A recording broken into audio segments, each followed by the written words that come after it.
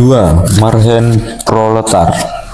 Di dalam konferensi di Kota Mataram baru-baru ini, maka Partindo telah mengambil keputusan tentang Marhen dan Marhenisme, yang poin-poinnya antara lain sebagai berikut. 1. Marhenisme yaitu sosio-nasionalisme dan sosio-demokrasi. 2. Marhen yaitu kaum proletar Indonesia, kaum tani Indonesia yang melarat, dan kaum melarat Indonesia yang lain-lain. 3.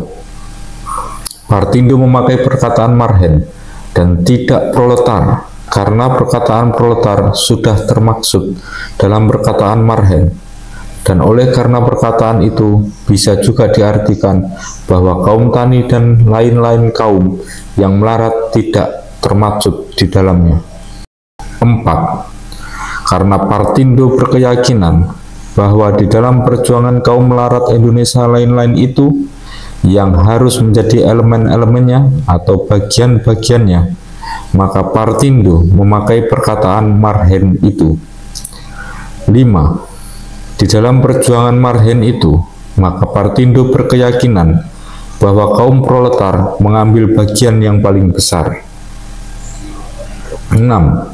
Marhenisme adalah asas yang menghendaki susunan masyarakat dan susunan negeri yang di dalam segala halnya menyelamatkan Marhen. 7. Marhenisme adalah pula cara perjuangan untuk mencapai susunan masyarakat dan susunan negeri yang sedemikian itu, yang oleh karenanya harus suatu cara perjuangan yang revolusioner. 8. Jadi Marhenisme adalah cara perjuangan dan asas yang menghendaki hilangnya tiap-tiap kapitalisme dan imperialisme. 9. Marhenis adalah tiap-tiap orang bangsa Indonesia yang menjalankan Marhenisme. 9 kalimat dari keputusan ini sebenarnya sudah cukup jelas menerangkan apa artinya Marhen dan Marhenisme. Memang perkataan-perkataannya disengaja perkataan-perkataan yang populer, sehingga siapa saja yang membacanya dengan segera mengerti apa maksud-maksudnya. Namun ada satu kalimat yang sangat sekali perlu diterangkan lebih luas, karena memang sangat penting sekali. Kalimat itu ialah yang kelima. Ia berbunyi, di dalam perjuangan Marhen itu, maka Partindo berkeyakinan bahwa kaum proletar mengambil bagian yang paling besar. Satu kalimat ini saja sudah membuktikan bahwa cara perjuangan yang dimaksudkan ialah cara perjuangan yang tidak melamun, cara perjuangan yang rasional, cara perjuangan yang modern. Sebab apa yang dikatakan di situ? Yang dikatakan di situ ialah bahwa di dalam perjuangan Marhen, kaum proletar mengambil bagian yang paling besar. Ya, di sini dibuat perbedaan paham yang tajam sekali antara Marhen dan proletar. Memang di dalam kalimat nomor 2, nomor 3, dan nomor 4 daripada keputusan itu adalah diterangkan perbedaan paham itu, bahwa Marhen bukanlah kaum proletar atau kaum buruh saja, tetapi ialah kaum proletar dan kaum tani melarat dan kaum melarat Indonesia yang lain-lain. Misalnya kaum pedagang kecil, kaum ngarit, kaum tukang kaleng, kaum gerobak, kaum nelayan, dan kaum lain-lain. Dan kemodernannya dan kerasionalannya, kalimat nomor 5 itu ialah bahwa di dalam perjuangan bersama daripada kaum proletar dan kaum tani dan kaum melarat lain-lain itu, kaum proletarlah mengambil bagian yang paling besar. Marhen pada umumnya sama berjuang, Marhen pada umumnya sama berebut hidup, Marhen pada umumnya sama berikhtiar mendatangkan masyarakat yang menyelamatkan Marhen pada umumnya.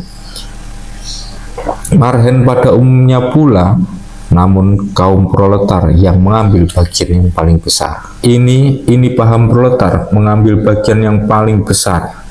Inilah yang saya sebutkan modern.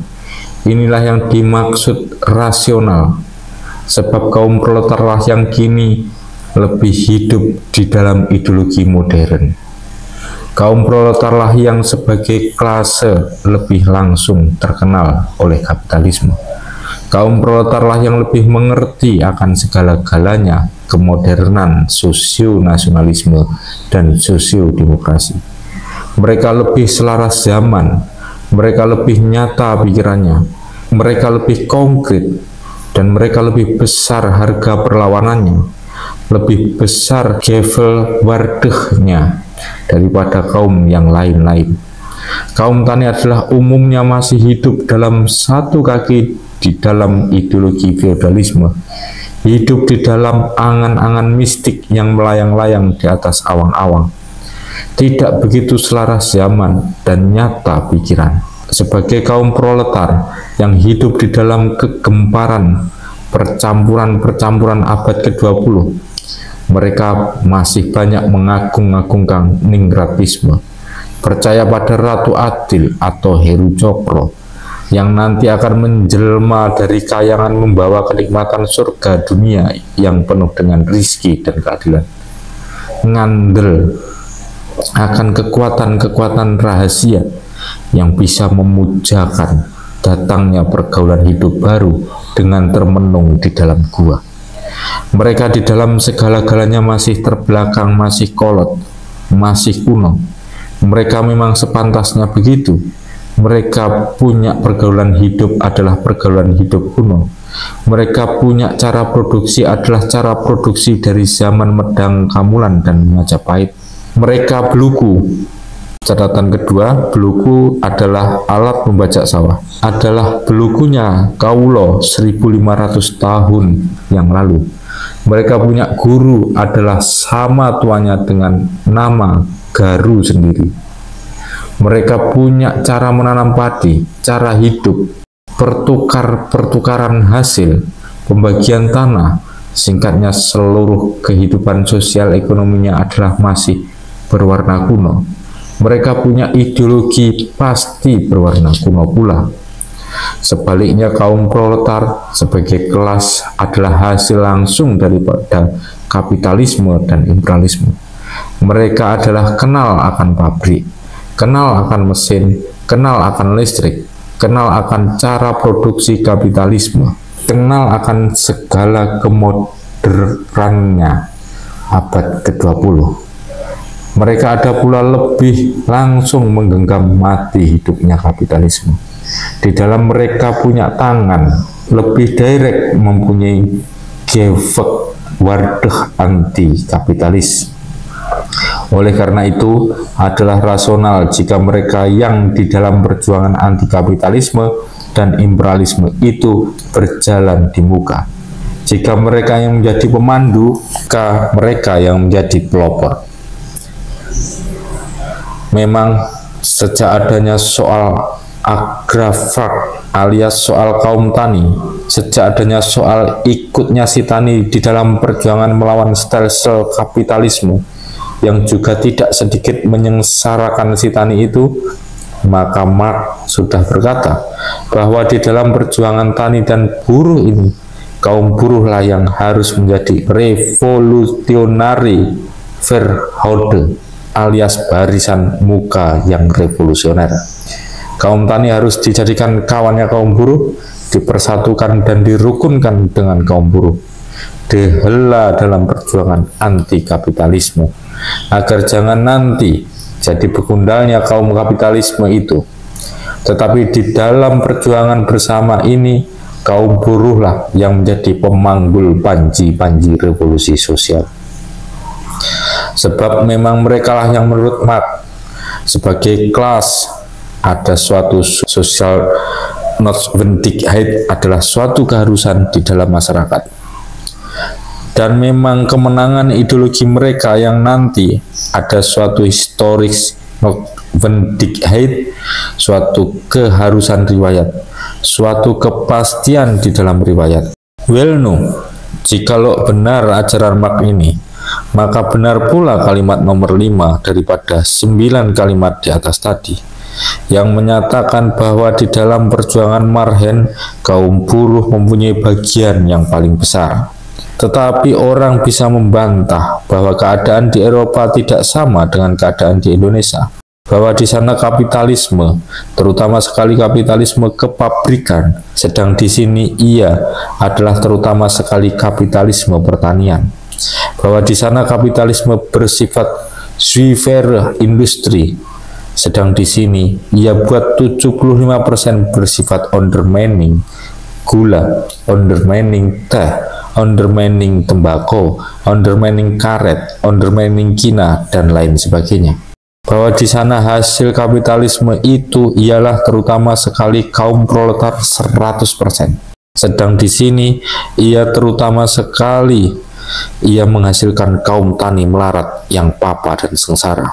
Bahwa di sana memang benar mati hidup kapitalisme itu ada di dalam genggaman kaum proletar. Tetapi di sini, ia buat sebagian besar ada di dalam genggaman kaum tani, bahwa das sepantasnya disandang kaum proletar yang menjadi pembawa panji-panji. Tetapi di sini belum tentu harus juga begitu. Ya, benar kapitalisme di sini adalah 70% industri kapitalisme pertanian. Benar mati hidupnya kapitalisme di sini itu buat sebagian besar ada di dalam genggamannya kaum tani.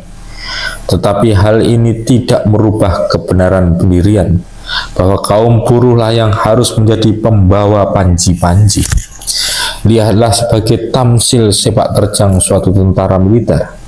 Yang menghancurkan tentara musuh adalah tenaga daripada seluruh tentara itu. Tetapi toh ada satu barisan daripada yang ditaruh di muka, berjalan di muka, berkelahi mati-matian di muka, memengaruhi dan menjalankan kenekatan dan keberanian seluruh tentara itu. Barisan ini adalah barisan pelopor. Nah, tentara kita adalah benar tentaranya Marhen, tentaranya kelas Marhen, tentara yang banyak mengambil tenaganya kaum tani. Tetapi barisan pelopor kita adalah barisan kaum buruh, barisannya kaum proletar.